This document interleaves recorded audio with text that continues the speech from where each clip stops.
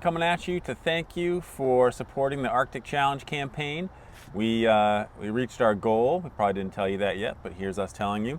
So our goal was initially $66,000 for education programs here at Lowell's Boat Shop. If you don't know, I was able to take or invited to take, or however you want to put it, a sailing voyage aboard the Bowden, which is a historic Arctic schooner built for Arctic exploration, this past June and July. So I sailed from Maine up to Greenland, up to actually 70 degrees north. So the trip left Maine Maritime Academy. The ship is owned by the Academy and used for training, and the students, it's their summer co-op.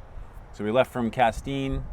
We sailed to St. John's, Newfoundland, then up along the Labrador coast and across the Davis Strait to Nuuk, Greenland, which is the capital.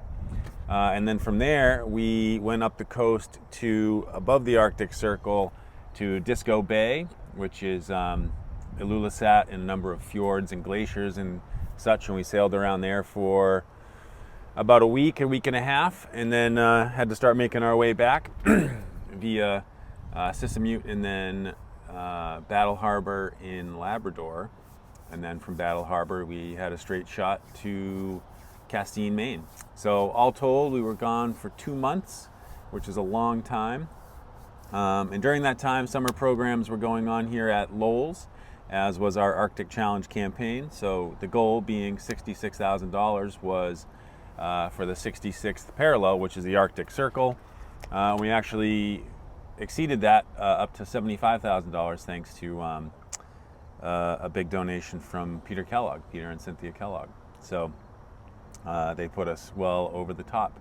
So thank you to them especially, and thank you to all of our donors for supporting that campaign. And I want to reiterate that none of those funds supported the Arctic trip at all. They were really to support education programs that were going on back here at home. So in the summer, this boat that I'm sitting in, as well as the rest of these boats, are filled with kids exploring the river. And that's the goal of our summer programs, is to get kids on the water and get them out exploring their own waterway and have fun doing it. So that was all happening in my absence, and I have to extend a huge kudos and thank you to the staff here at Lowell's for really stepping up in my absence, and